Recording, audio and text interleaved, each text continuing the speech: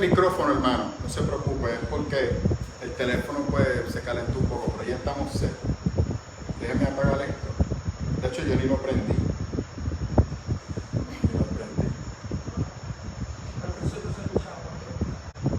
No, el micrófono ni lo prendí. No, para la transmisión, pero está bien, nos vamos a seguir usando lo que hace. Anyway, la acústica de aquí permite que usted me escuche. Muy bien. En el 8.1 dice que tomó al profeta, ¿por dónde? Por los pelos. Recuerda que Ezequiel va narrando la profecía en base a la transmisión del tiempo. No sabemos qué proceso ocurrió entre el séptimo y el octavo. Recuerda que como yo he explicado, regularmente los profetas no recibían la revelación de un cantazo. Era por parte. Lo mismo que Juan en el Nuevo Testamento, en Apocalipsis. Nosotros pensamos, claro, porque usted está viendo el libro ya terminado, pero eso le tomó tiempo a Juan. Y fueron diferentes tipos de experiencias que Juan experimentó. Amén. Entonces, acá en esta estamos viendo que el mismo Dios encarnado. Vamos a hablar sobre eso un momento. ¿Qué les parece? ¿Quién tomó a Ezequiel por el pelo? Jehová. Elohim. Yahweh. ¿Quién? Jesús. ¿Quién trabajó con los profetas desde la antigüedad? Jesús. ¿Quién nos lo dice en el Nuevo Testamento? Jesús. Porque el mismo Jesús dice, porque nunca nadie, en Juan, ha visto ni ha oído al Padre, sino solamente su Hijo, este que está aquí. Decía Jesús, yo no. Entonces, ¿quién trabajó con Ezequiel? Usted tiene que ver esa pincelada que Jesús nos lanza. A veces uno la ve en el texto y no la pasa, pero es una profundidad brutal. Por eso Pablo es inspirado y dice, porque todas las cosas fueron creadas por Él y para Él y a través de Él. Amén. Ese es nuestro Señor. Es el que empezamos a celebrar ahora, ¿verdad? Espero que podamos tener una nueva reflexión sobre eso la Semana Santa. Amén. Ok. Dios va a tomar a Ezequiel. Y quiero que usted comprenda esto, a diferencia de Juan. A Juan le va a mostrar lo escatológico, lo que va a pasar en el futuro. A Ezequiel le va a mostrar de una manera sobrenatural lo que está ocurriendo en tiempo real en Israel. Pero ahora él no lo va a proyectar, él no va a hacer una maqueta, no. Dios necesita llevarlo físicamente al templo. Ningún profeta tuvo ese tipo de experiencia. No lo busque que no hubo.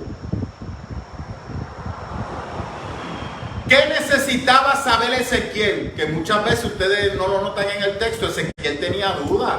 ¿Por qué Israel estaba pasando eso? ¿Qué yo le he dicho a usted? Que para Ezequiel todo estaba bien en Israel. Esto fue algo que pasó, que quizás Dios se le escapó y el pueblo está pagando por esto. Pero es que en Israel no hay pecado, todo está bien. Es el pensamiento de Ezequiel. Y ahora Dios le va a mostrar, tú quieres saber la realidad de la condición espiritual de mi pueblo, ven. Y yo no sé cuántas veces Ezequiel fue al templo y vio aquella estatua y la vio como algo normal. Pero el texto dice que cuando él entra en el espíritu dirigido por Dios, ve una estatua inmensa en el templo, que Dios la considera como un reto a él mismo. Esa estatua no nos da detalle de quién es esa estatua, pero muchos arqueólogos concluyen y teólogos que esa es Acera, que se le dice Acera en la Biblia, que fue como los hebreos le pusieron el nombre a Astarte, que luego Astarte es realmente quien se convierte en la diosa Diana, que es la que influye a Corintio, a Éfeso y a todo el mundo grecorromano. El culto a Astarte eran tres cosas particulares. Una, el amor o la sexualidad. Dos, la fertilidad. Y tres, la diosa de la guerra. ¿Qué estaba pasando Israel en ese momento histórico? Hambruna, porque había sequía, más el asedio, pestilencia. Y entonces, ¿a quién estaban clamando para que los ayudara a enfrentar esa situación? A la diosa pagana. Pero no se queda ahí. Dios le dice al profeta: haz un roto en la pared. Y él ve la pared. Y yo, en estos momentos, es que la gráfica la necesito para que usted pueda ver en la estructura del templo donde se encontraba Ezequiel. Pero nada, usted sabe que estaba el lugar santo y el lugar santísimo. Dios le dice en las paredes del lugar santo: haz un boquete y observa. Y hace el boquete y empieza a observar.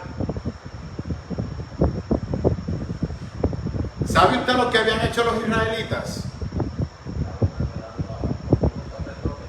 Los sacerdotes, porque ahí te menciona a los ancianos. Él dice que cuando él abre, ve a los ancianos rodeados de los sacerdotes, tiempo real en Israel. Habían llenado todas las paredes del lugar santo, literalmente del panteón egipcio. ¿Cuál es la diferencia del panteón egipcio al panteón fenicio? Que lo vamos a explicar ahora. Todos los dioses egipcios son animales. Son imágenes de animales. Por ejemplo, la serpiente, el gato, los perros, el águila. Y principalmente la serpiente, que representaba la deidad de Faraón.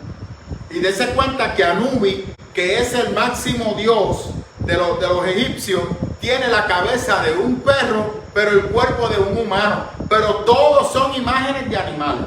Ahora, en el mundo fenicio, de donde proviene Abraham, de Mesopotamia, los dioses eran figuras humanas. Y la figura de Astarte o Acera es de una mujer sosteniéndose los senos. Una muestra de fertilidad, de sexualidad y de fuerza para la guerra. Los egipcios, por otro lado, adoraban a las imágenes de los animales, y cada uno de esos animales tenía un propósito. Eso quizá le explica a usted por qué los israelitas estaban tratando de hacer acuerdos con ¿quién? Con Egipto.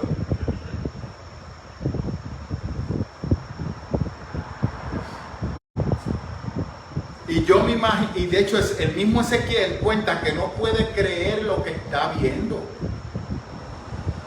Porque entonces en esa misma narrativa, Dios le dice a Ezequiel: y ellos dicen que por qué mi presencia ya no está en este lugar. Y ellos dicen: ¿por qué yo los he dejado y están pasando lo que están pasando? El pueblo no reflexionó en sí mismo. Sus problemas momentáneos fueron más importantes que su relación eterna con Dios. Oiga esto, que esto yo lo aprendí hace tiempo de un predicador. Nunca tome decisiones eternas. Nunca tome decisiones que afecten tu eternidad con un problema momentáneo.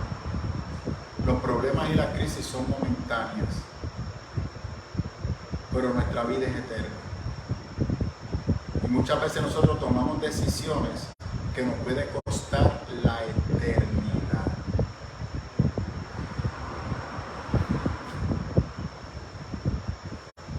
Amén.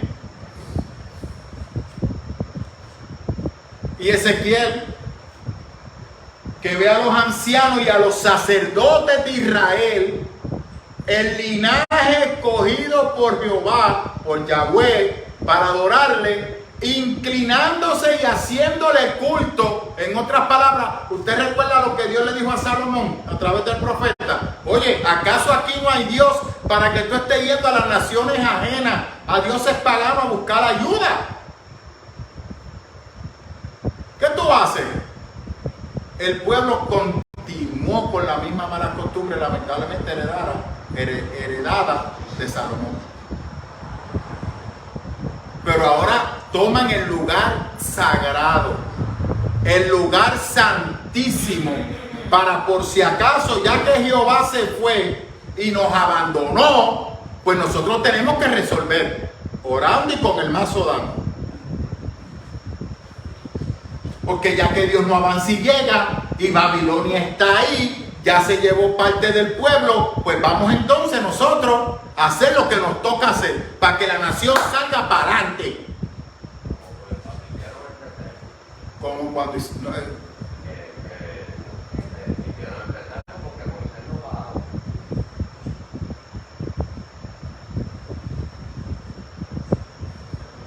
No, es un poco diferente, José, porque en aquel momento el pueblo no tenía conocimiento. Dos, en aquel momento para el pueblo el becerro era Jehová.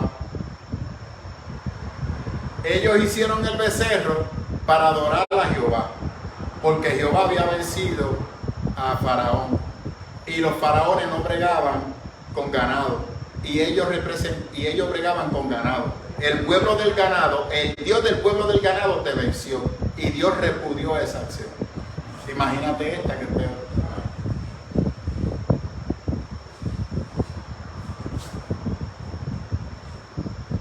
Gloria a Dios.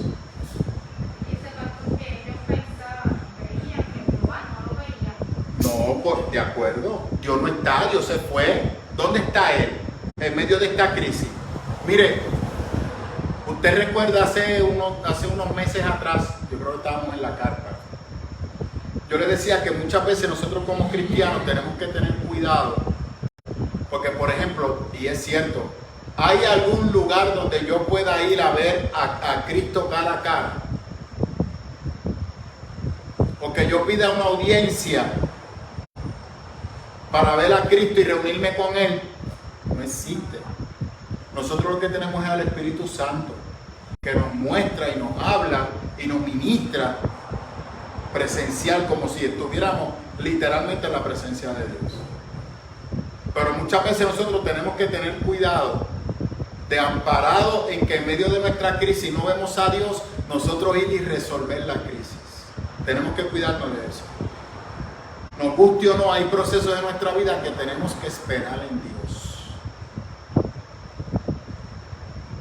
Y aunque usted no lo vea, el Espíritu Santo estará contigo y te dará la certificación de que Él está contigo. Te hablará en sueño, te hablará mediante una predicación. Lo importante es que te mantengas enfocado y en confianza de que Dios te va a hablar. Y número dos, habla con Dios, habla con Dios. Él te va a escuchar. Habla con Dios. Como hemos hablado, Dios está vivo, no está muerto. Y como le dice, porque por si acaso usted piensa que usted es el único que se ha sentido así, las iglesias de Apocalipsis se sintieron exactamente igual. Pensaron que Dios los había abandonado, que Cristo no estaba presente, que Cristo se fue para el cielo y se olvidó de ellos, porque ellos estaban aquí muriendo, estaban pagando por su fe y no veían que ocurría nada, porque ellos esperaban que luego de que Cristo ascendiera, a la semana o al año, Cristo descendiera nuevamente y le pasara juicio a todas las naciones. Y Cristo dice, no es en mi tiempo, no es en el tuyo. Pero lo que le quiero decir es que no se asuste si usted se pone ansioso, si las cosas no cambian. Lo que le pido es que no se desenfoque, mantenga los pies sobre la tierra y recuerde que si Dios hasta aquí ha sido fiel, en tu proceso también seguirá siendo fiel. Pero no tomes decisiones descontroladas y dirigidas por tus emociones. Porque de la misma manera que los israelitas, y es lo que yo estoy tratando de decir desde el capítulo 6 y 7, no se enfoques en los ídolos, enfóquese en lo que los ídolos representaban. Hay cristianos que juran y perjuran que con dinero resuelven todos sus problemas.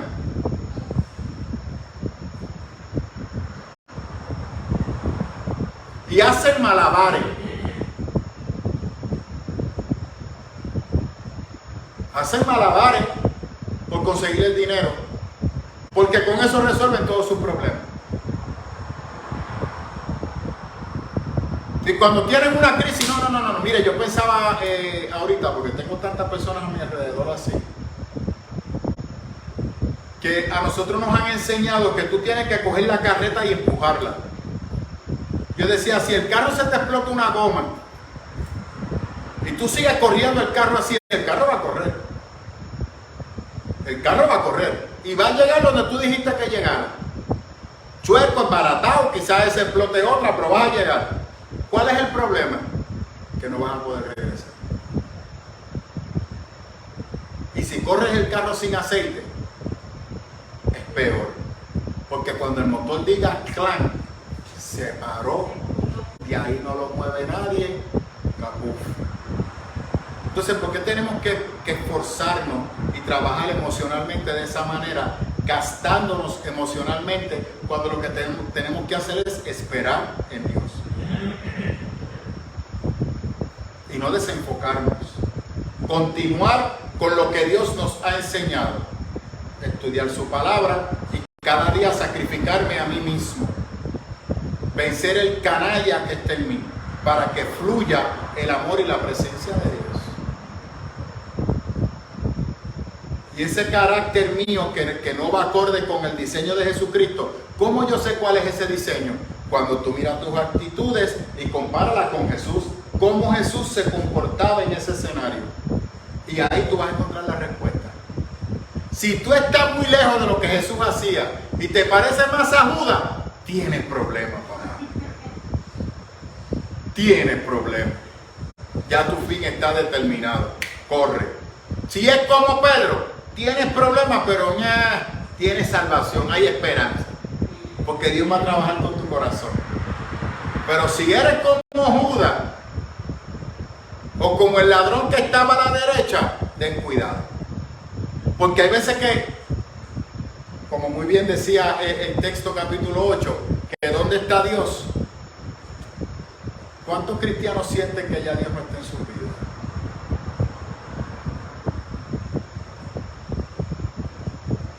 Vamos a ser realistas. Porque aquí yo lo que quiero que ustedes comprendan algo. Dios le está mostrando a Ezequiel, yo no me fui, ellos me votaron.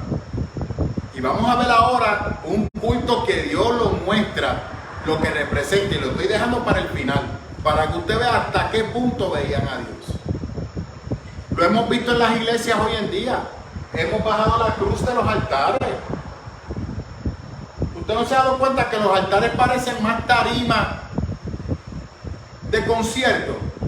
Y muchas iglesias lo que es un concierto, no es una adoración.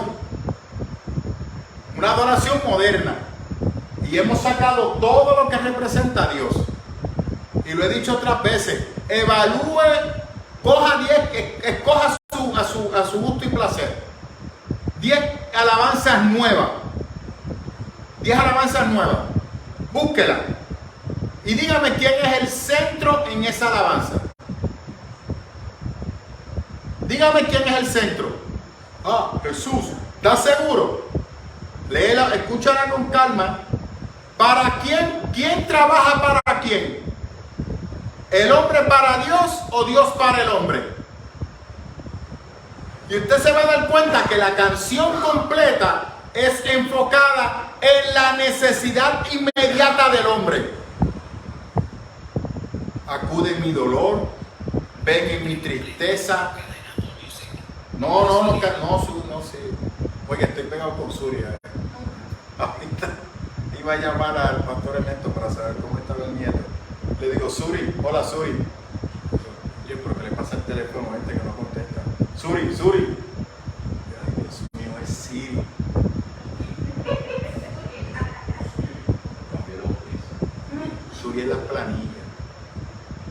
ya yo la sometí, de hecho, by the way. Gracias al Señor de salir de eso. Por eso tengo azul. Dios mío. Estoy de acuerdo. Las canciones, las alabanzas, se concentran en la necesidad del hombre. Okay.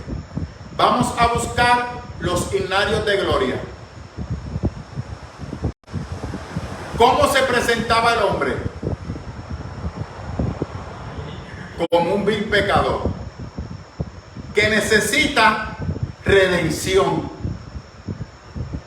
Tú eres mi salvación y a pesar de mi condición recibe mi adoración. ¿A quién están honrando? A Cristo. ¿Qué están reconociendo? Su condición de pecado, su condición de maldad. Amén. Pero mire las canciones modernas, busque las canciones modernas de quien lo más que estén sonando actualmente, búsquelo y escúchelo. Tú eres un hijo de un rey, tú eres la princesa de Dios. ¿En quién se concentra la canción? Dios no quiere que tú sufras. Tenemos problemas porque estamos viendo que Ezequiel sufrió y cómo sufrió. Y los primeros cristianos sufrieron y cómo sufrieron. Juan dice, he aquí el que está acompañándote en las tribulaciones, de la misma manera que yo estoy sufriendo. Y estamos viendo que Dios está colocando sobre el profeta el dolor del pueblo. Y tú te quejas que te duele un callito. Y estamos en una competencia de ver quién le quita más hermano a la otra iglesia. No queremos ir a predicar afuera. No. Vamos a quitar los hermanos que están en la iglesia y traerlos para acá.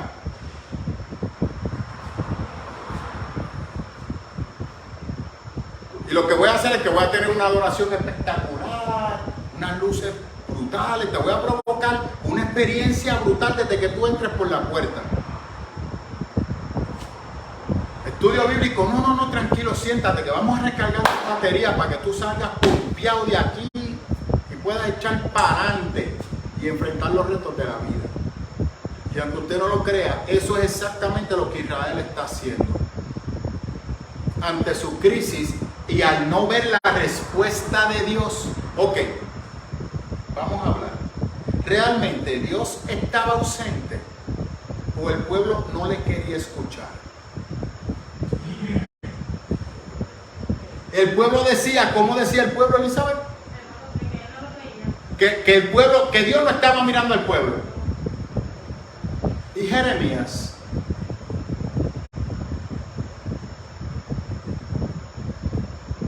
¿qué estaba profetizando Jeremías? ¿De parte de quién estaba profetizando Jeremías? Porque yo le he dicho a usted que Ezequiel es contemporáneo con Jeremías. Van contemporáneos. Lo que pasa es que Ezequiel está en Babilonia y Jeremías está sufriendo en Israel. Pero Jeremías está allá. Y Jeremías le está hablando de parte de Dios. ¿Cuál es el problema? Que lo que Dios le está diciendo no es lo que ellos desean escuchar. Yo pensaba que usted iba a lanzar el lengua.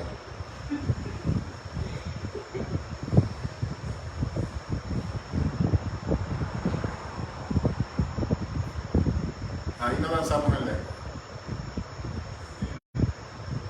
¿Ah?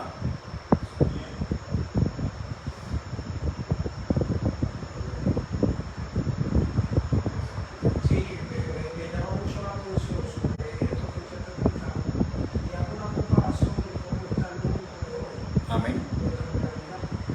Y es que nosotros vemos tiroteos, niños que van con pistolas a la escuela, el mundo, en un extremo de peligro. Usted se pregunta,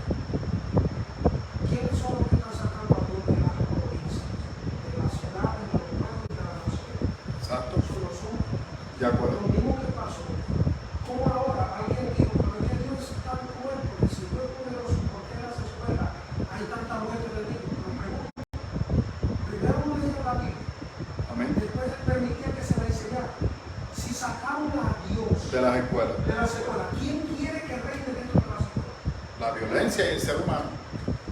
Amén. De acuerdo. De acuerdo. No, es excelente. Excelente, Víctor, porque eso es lo que estamos tratando de proyectar. Que lo que Ezequiel se escribió hace aproximadamente unos 2600 años y estamos viendo cómo continuamos igual. Pero hay un problema mayor ahí, Víctor. Es que la iglesia nos hemos quedado de brazos cruzados. Y nos sacaron de las iglesias, de los lugares, nos limpiamos los pies y nos fuimos. Y Cristo dijo, óyeme, eso fue al pueblo, pero aquí yo te dije, insiste, insiste, insiste. Y tenemos iglesias que nos hemos desenfocado. Hemos dejado que el mundo se vaya barranca abajo y nos hemos convertido en esenios. ¿Qué hicieron los esenios? Y se me olvidó traer el libro. Yo tengo un libro en mi casa que habla de los rollos del mar muerto y detalla cuáles eran los cultos y actividades de los esenios. ¿Usted sabe cómo se llamaban los esenios? Los hijos de la luz. Porque ellos se consideraban que era el remanente fiel que no se había inclinado a la idolatría de Jerusalén otra vez. Estamos hablando 35, 40 años antes de Cristo, cuando estas comunidades empiezan a reunirse. Y se aislaban. Y tenían un código estricto de que no te podías contaminar con nadie que no fuera de la comunidad. Y si salías de la comunidad te expulsaban. Si violabas una regla de la comunidad te expulsaban, porque no eras merecedor de ser llamado hijo de luz. Y Dios venía a buscarlo a ellos.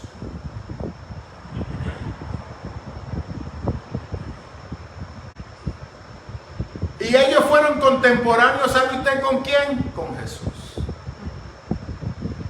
Entonces ellos estaban aislados, esperando que Dios los buscara. ¿Y dónde estaba Dios realmente? ¿Ah? Cerquitita de ellos, caminando entre el pueblo. Pues que, entonces por el otro lado los sacerdotes y los fariseos y los saduceos, no, que vengan al templo que aquí hay salvación. Aquello no, aléjate porque eso es corrupción y pecado. Y el pueblo necesitando palabra de vida.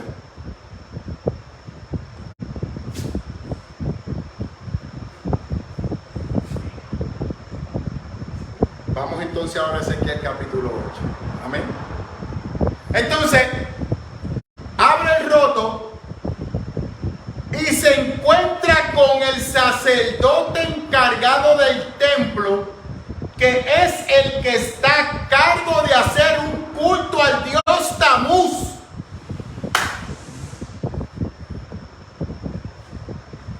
Y yo me imagino, y el escritor dice del libro, el asombro de los ancianos al escuchar ese nombre. ¿Sabe usted por qué? Porque esa era una de las deidades babilónicas.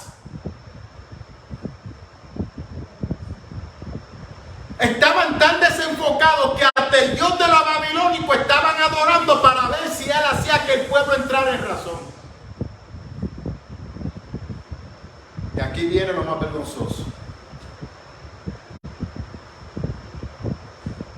En el 8 nos cuenta que esos mismos sacerdotes se estaban inclinando hacia el sol. ¿Sabe usted lo que estaban haciendo? Adorando al dios sol. ¿Y sabe usted lo peor y vergonzoso? Que es lo que a Dios le hierve. Una palabra nuestra para poder explicar. La ira de Dios. Estaban con las nalgas hacia el templo.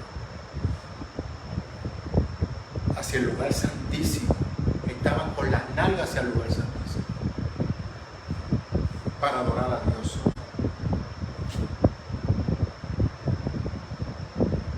Eso estaba ocurriendo en el templo de Israel.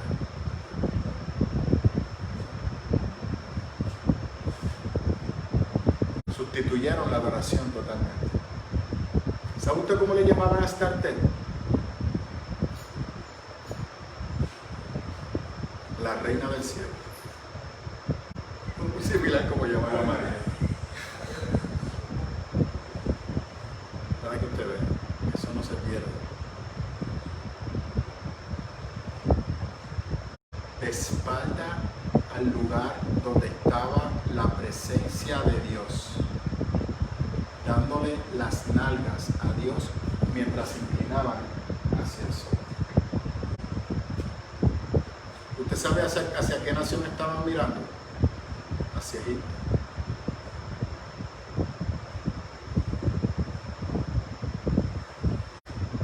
Y luego se preguntan, ¿dónde estaba Dios?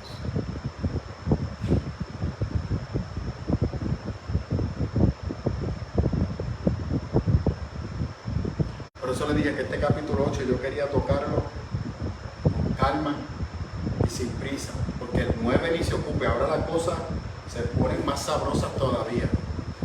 Y ya mismo, ahora estamos hablando de a qué nivel burgo y violento y atrevido de Israel llega la idolatría. Y por qué están sumergidos en esa idolatría. Y lo demás que viene, prepárate que cuando venga ahora la parte del atropello social y el atropello político, ahí es que vamos a temblar. Ahí es que vamos a temblar. Y en este momento, lo que estamos viendo es una nación que está pasando por una crisis, y la crisis es real. Yo quiero que usted comprenda eso. La crisis es real. Porque cuando usted va y siembra y lo que viene es una sequía y la tierra no produce nada, y usted tiene dos carajitos que tiene que darle comida, que están hambrientos.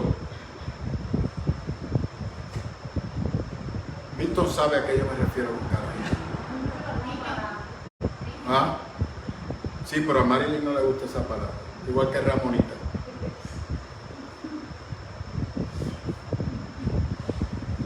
Muriéndose de hambre, y usted clama a Dios y no pasa nada, y usted levanta la cabeza y mira que aquellos idólatras claman a su Dios y su Dios le provee, ¿qué hace la gente? Lo mismo nos pasa a nosotros, hermano. Lo único, usted está listo, está sentadito, ¿verdad? No tengo a Glenda, que Glenda es la que se agarra del cuerpo. Hemos cambiado los dioses por iglesias.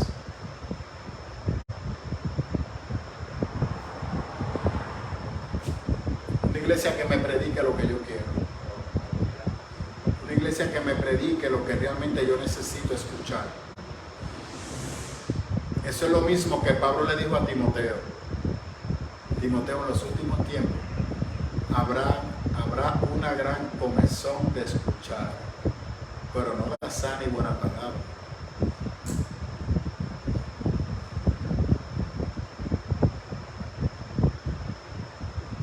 No todo el mundo quiere venir a una iglesia a pasar calor.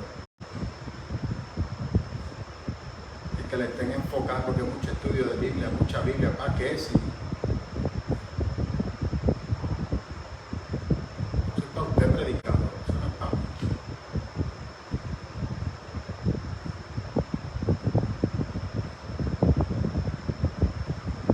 Después que yo tengo una alabanza que me... Ya, estoy nuevo.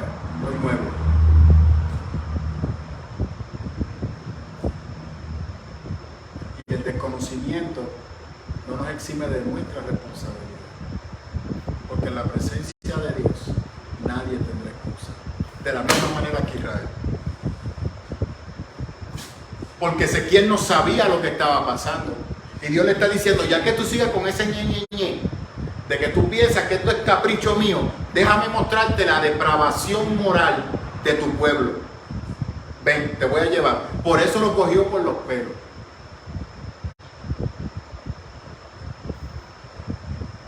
Fuerte. Fuerte. No, pero pastor, los domingos no podemos hablar de eso. Yo nuevamente no hablo de esto los domingos. Los domingos es un mensaje evangelístico. Y esta cosita liviana, esta cosas complicadas yo lo trabajo los martes. ¿Por qué? Porque si es una pregunta yo le puedo contestar. En una predicación yo no me puedo poner a explicarle a usted. Así que yo evito estos temas los domingos. Por eso es la única razón que yo los evito. Pero de vez en cuando tiro mi cascarita. Porque usted tiene que mantenerse enfocado. Amén. ¿Cuándo usted había escuchado algo así de Ezequiel? Le pregunto, usted que me está viendo, ¿cuándo usted ha escuchado algo así de Ezequiel? Porque todo el mundo le fascina coger Ezequiel y aplicárselo al mundo. Pero Ezequiel no es para el mundo, Ezequiel es para nosotros, la iglesia. ¿Cuándo usted ha escuchado que las iglesias se convirtieron en altares que sustituyen a los dioses?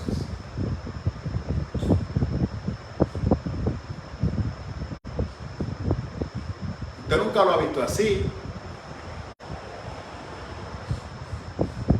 ¿Qué es lo que hace que las personas puedan madurar espiritualmente? El pastor Milton dijo algo el domingo de comunal y es cierto. Esa es la importancia de congregarse. Porque en el congregarse es que chocamos y Dios va formando nuestro carácter. Es en ese chocar que yo no soporto a mi hermano. Pero usted sabe lo que se llama psicológicamente la transferencia. ¿Usted sabe lo que es transferencia? Cuando yo tengo unas deficiencias o unas áreas emocionales incompletas y yo las reflejo en la persona que está frente a mí. Así que si esa persona yo no la soporto, o dos cosas, o estoy transfiriendo una experiencia pasada mía de mi mamá, de mi papá o de lo que sea y lo estoy descargando sobre Marilyn, o es un área mía que yo no soporto de mí mismo y lo estoy reflejando en ella.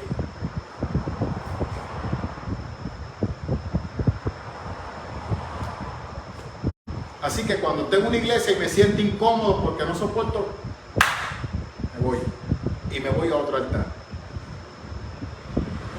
Hasta que encuentre ese Dios que realmente me pueda ministrar y atender mi necesidad.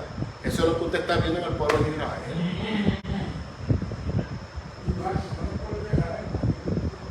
Amén. Lo estamos trayendo al tiempo moderno, pero que lo veamos reflejado en Israel. Es lo que le estoy diciendo a las personas que nos están viendo a través de la transmisión y del canal de Hablemos de Biblia y de usted que está aquí. Ezequiel no ha perdido su vigencia. Yo quiero aplicar Ezequiel a la iglesia, no se lo puedo aplicar al mundo, porque Dios le está pasando cuenta a la iglesia. Y prepárese cuando llegue la parte política y social, que eso es para nosotros. Porque yo he explicado que Cristo fue ¿a dónde? A los pobres. ¿Quiénes eran los pobres en el tiempo de Jesús? Eran paganos, impuros, inmundos. ¿O eran israelitas que estaban en la pobreza y en la miseria? ¿Quién se preocupaba por esos pobres miserables? Nadie. Todo el mundo lo que quería era sacarle al pueblo. Como ahorita muy bien decía el hermano Neco, que Pedro le dice al maestro, maestro, llevo toda la noche tratando de pescar y no he cogido nada. Los peces se fueron a la huida. ¿Usted sabe lo que representaba eso? Literalmente, que no tenía comida sobre su mesa. Y por eso la provisión sobrenatural de Dios. Porque una de las cosas que yo he notado, y no la puedo negar, ni voy a usarla de quincallería, pero al que es fiel al Señor, no importa la crisis, Dios siempre va a proveer.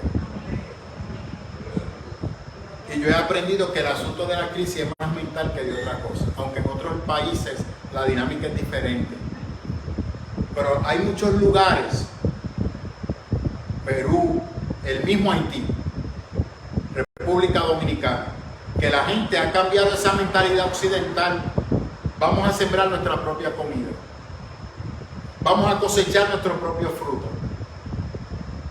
Y a mí me enseñaron que con un platanito y un poquito de aceite, cualquiera mata el hambre.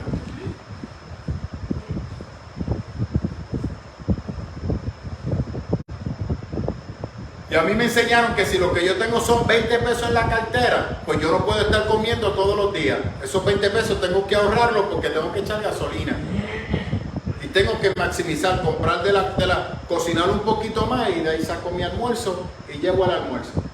Rindo mis recursos. Es ajustarme a mi realidad, como decía don Juan Vargas. La sábana hasta donde me llegue. No, pero nosotros no queremos eso. Nosotros queremos desparramar. Queremos que nos sobre. Queremos que Dios nos dé riqueza para vivir feliz y contento con dinero y con riqueza. Y poder.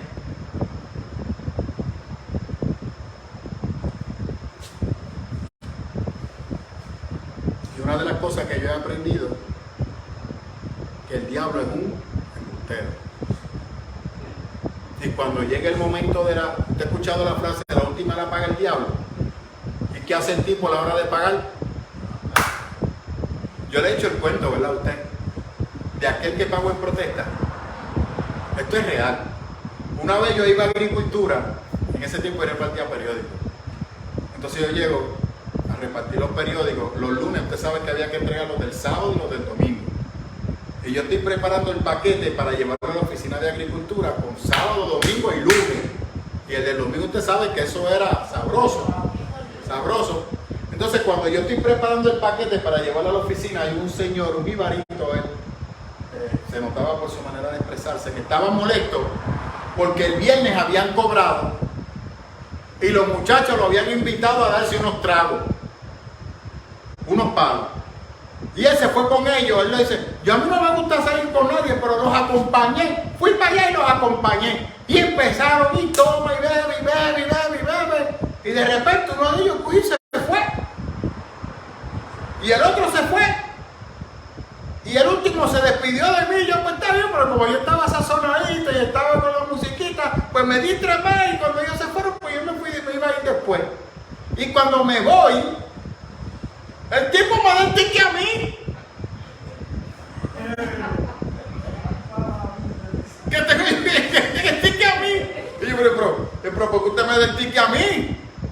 Ah, porque ellos dijeron que usted iba a pagar yo. ¿Cómo yo? No, yo no lo invité, yo fui los que me invitaron. Y él dijo, bueno, Titán, usted lo tiene que pagar porque usted andaba con todos ellos y usted es el que está aquí. Y ellos dijeron que usted lo iba a pagar. Eso sí, lo pagué en protesta, pero no me cogen más. Eso mismo nos hace el diablo. Y aunque usted lo pague en protesta, va a tener que pagarlo. Y a Israel le costó sangre, sudor y dolor la desobediencia a Dios. Y, óyeme, brutalmente, y la libertad, que eso es lo más valioso que un ser humano pueda tener. De ser una nación libre, que Dios quería usarla. ¿Cuál era el propósito? Como creo que fue Milton que lo mencionaba en la predicación. Israel debió de ser la nación que todo el mundo viniera a escuchar palabra de vida. Y se enfocaron en ellos mismos. Y en ese enfoque se desenfocaron y se olvidaron de la adoración a Dios. Lo que yo he aprendido en la vida es lo mismo que el diezmo y la ofrenda. Yo no doy para que Dios me dé. Yo doy en agradecimiento a lo que Dios me dio. Yo no espero que Él me dé ya nada más. Él me dio. Señor, gracias por lo que me diste. Y si necesitas completo, te lo doy completo porque es tuyo, te pertenece a ti. Y lo propio mis hijos, lo propio mi familia. Tú me la diste. Es tuya. Ayúdame a disfrutarla. Yo no puedo colocarme como que no, yo he alcanzado lo que he alcanzado porque el que se fajó estudiando fui yo, el que se quemó las pestañas en los exámenes fui yo, el que pagó las clases fui yo. Ah, pero Dios me bendijo. Es un cliché, es un checkmark. Algo protocolar que simplemente digo pro forma, pero mi corazón no está. ¿Sabes por qué? Porque a la hora de probarlo no lo hacemos, nos derretimos como velas. Lo mismo que le pasó a Israel. Lo que pasa es que se derritió ante la presencia del verdadero Dios. Dios estaba pero ellos no estaban mirando a Dios, porque ellos estaban mirando a otro lugar conforme a la necesidad momentánea que tenían.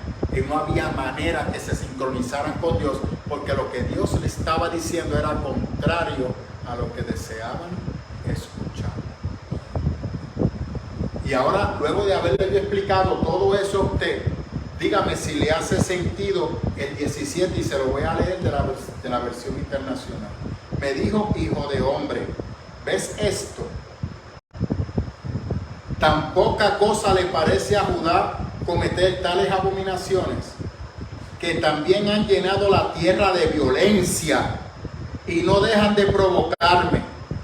Mira cómo se enardecen, pasándome por la nariz sus pestilentes ramos. Por eso voy a actuar con furor. No les tendré piedad ni compasión. Por más que me imploren a gritos, no los escucharé.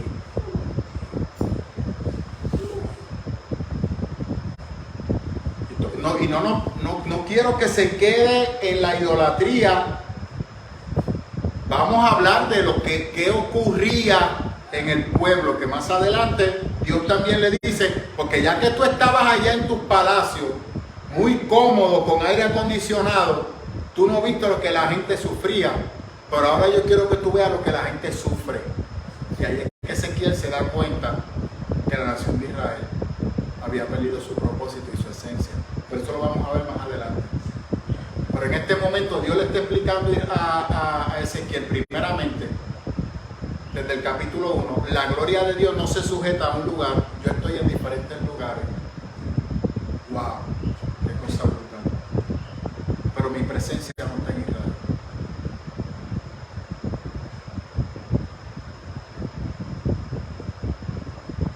En todos los lugares, menos en Israel. Pero no es por capricho de Dios. ¿Por qué a Israel se le exige más? ¿Ah? Porque es el pueblo de Dios. ¿Se le había dado qué? Más que a los demás. Porque de la nada Dios hizo una nación. ¿Qué tanto negoció Abraham para tener esa expansión territorial? Nada. Dios se la entregó. Amén. ¿Quién escogió a Abraham?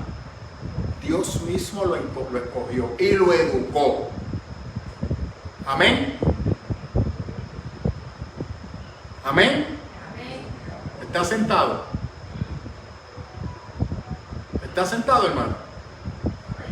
¿O se quiere poner para tirarse el patio otra vez? ¿A quién le aplica eso ahora en el 2023? A nosotros. Por eso Apocalipsis nos habla como nos habla. De las 7 iglesias, ¿cuál era la única que había logrado completar? No, hubo una que Dios se agradó de ella. ¿Cuál fue?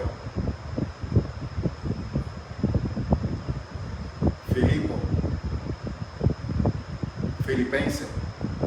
¿Por qué? ¿Qué se manifestaba en Filipenses? El amor.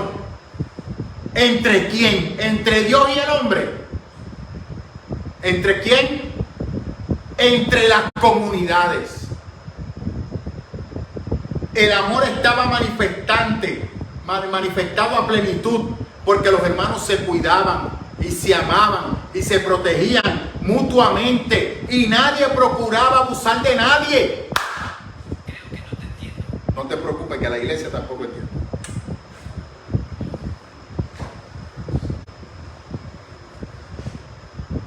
¿Hemos entendido eso, hermano? ¿O estamos oliendo?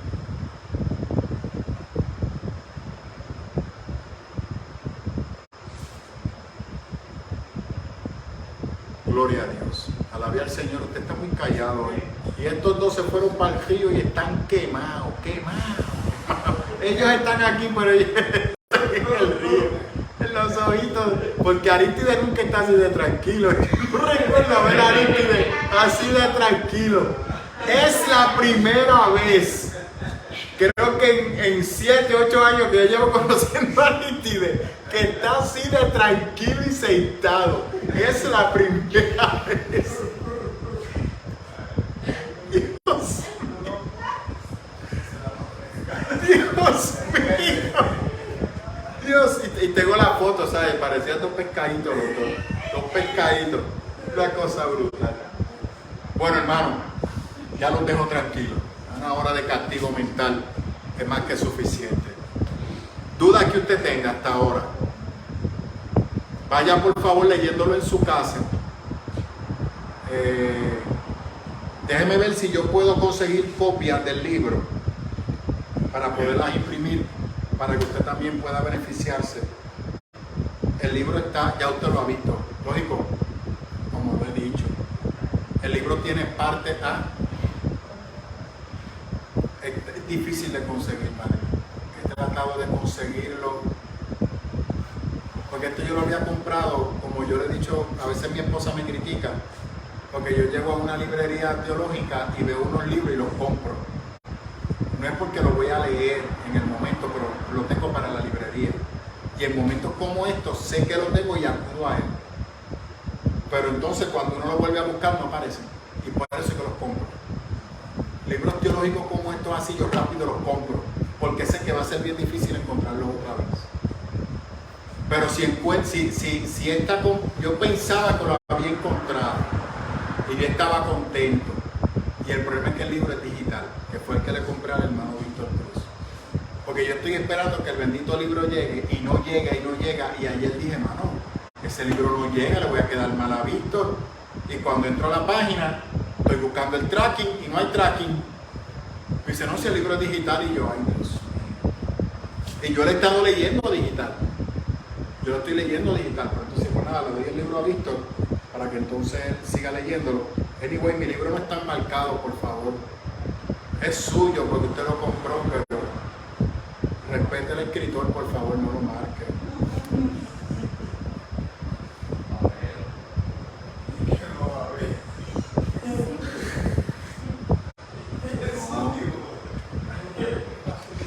Eso es lo mismo que la palabra. La palabra, mire, algo que yo tomo de los judíos y lo comparto con usted. El judío no toca la palabra con sus dedos. Él tiene una varita que es como si fuera un dedo, que es lo que usa para leer, para evitar que el aceite dañe el rollo. O sea, y yo sé que usted, ¿verdad? Ay.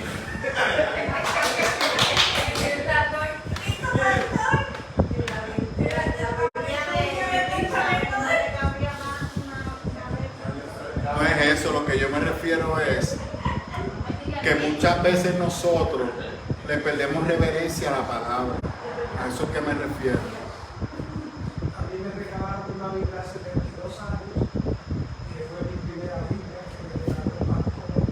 Y es como usted dice, la Biblia es vieja, y entonces un nieto mío me la firmó una página de Piensal, y a mí me duele eso mucho. Claro. ¿Usted sabe por qué? Porque es mi Biblia histórica de mi vida. No, yo tengo mi primera Biblia, yo la tengo en mi casa. Y me enseñaron mal y yo la tengo, lamentablemente la mía está marcada y 40,000 cosas, pero la tengo. Pero esa Biblia es especial para mí. Para uno es especial. Ahí fue que Dios me habló por Yo me primera la vez. traje de Santo Domingo y hace 11 años. Una experiencia. Casi 12 Sí, varón, era Reina Valera 1960. Por si acaso van a cuestionar cuál es.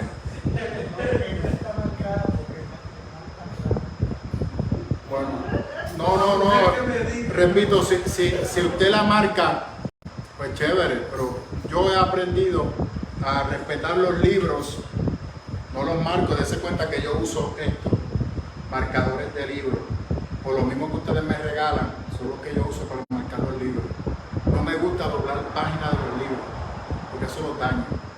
Y los libros son legados. Les digo algo, todo el mundo habla de los supuestos 400 años de silencio profético de Israel. No hubo tal silencio profético, Dios habló, porque existieron los macabeos, existieron diferentes movimientos que de hecho surgen los fariseos, ahí es que surgen los fariseos, después de los macabeos. Entonces Dios sí habló, pero ¿qué fue lo que no ocurrió? Que no hubo escritura. Usted sabe, cuando se habla de los años oscuros de la humanidad, ¿sabe realmente a qué se refiere? Que durante ese periodo de tiempo se prohibía escribir, se prohibía la impresión de los libros. El desconocimiento, ese es el silencio profético. No que Dios no quiere hablar ni tratar con nosotros. Eso es correcto. La Iglesia Católica, por eso se le llamaron la época oscura de la humanidad. Porque el conocimiento no fluía. Nadie podía escribir libros porque era bloqueado y destruido. Eso es cierto, Aristides. Entonces, yo he aprendido con el tiempo, mire, los libros, lo más que yo pueda preservarlos, pues otra cosa, yo no presto libros, yo los regalo. Porque yo antes prestaba libros y nunca regresaba. Yo dije, Señor, pues ahora yo los regalo. Alguien me dice, tal libro, yo lo compro y lo regalo, tenga. Y me quedo con el mío. Así soy yo con los libros. No es que usted lo tiene que hacer, no me malinterprete. Pero si usted ve que algún día usted me ve con un libro que a usted le gusta, que quiere que yo se lo preste, no se lo voy a prestar, se lo voy a comprar. Amén. Y cuando llegue, pues se lo entrego. Amén. No, así mismo aquí. Amén. No hay duda, ¿verdad? ¿Están contentitos? ¿Qué representaba Dios? La vida.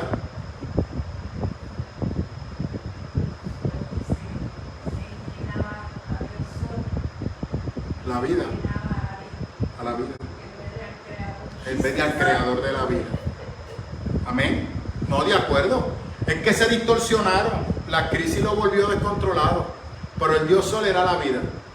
Entonces la luna representaba la oscuridad, la falta de fertilidad y la muerte. Y habían colocado la falta de fertilidad y la muerte en el lugar santísimo. Por eso le daban la espalda a Dios. Y se inclinaban con su trasero hacia arriba para tratar de rechazar lo que había allí detrás. En el templo ocurría eso.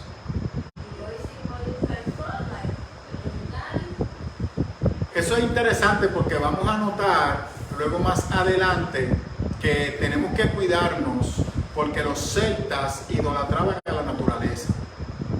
Entonces yo automáticamente me analicé y dije, espérate, ok, pues entonces dice, pero si nosotros reconocemos la naturaleza a la luz de Dios, que vemos la gloria de Dios manifestada en la creación, como nos dice la palabra, es diferente. Porque yo veo en la creación una extensión de la gloria de Dios. Lo que pasa es que nosotros estamos acostumbrados a nosotros ser el centro de la gloria, no la creación.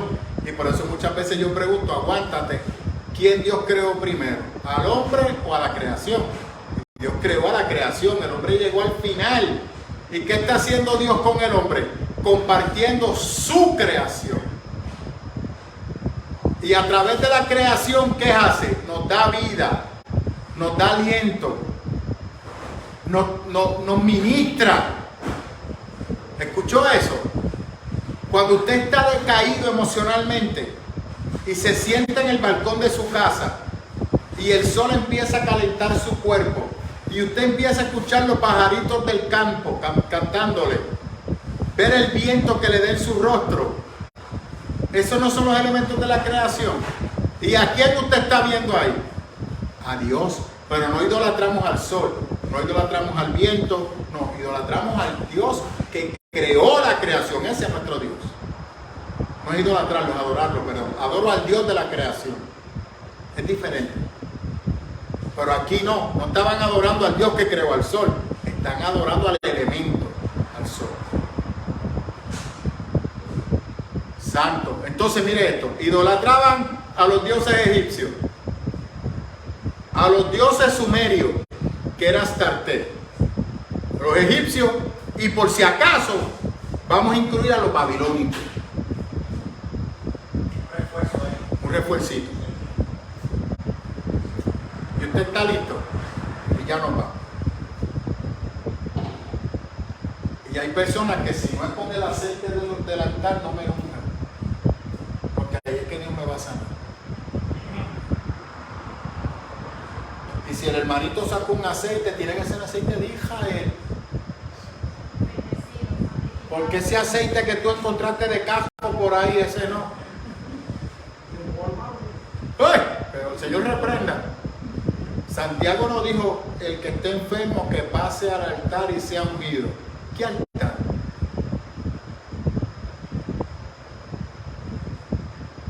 ¿Qué altar?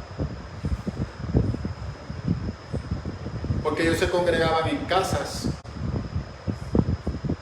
No habían sinagogas, porque eran cristianos. Y los judíos ya lo habían rechazado. Recuerden que a Santiago lo mataron. Lo subieron a un segundo piso y lo tiraron y lo mataron. ¿Dónde se congregaban? En casa. ¿Y de qué aceite están hablando? Del aceite del altar. Ellos no tenían acceso a ese lugar.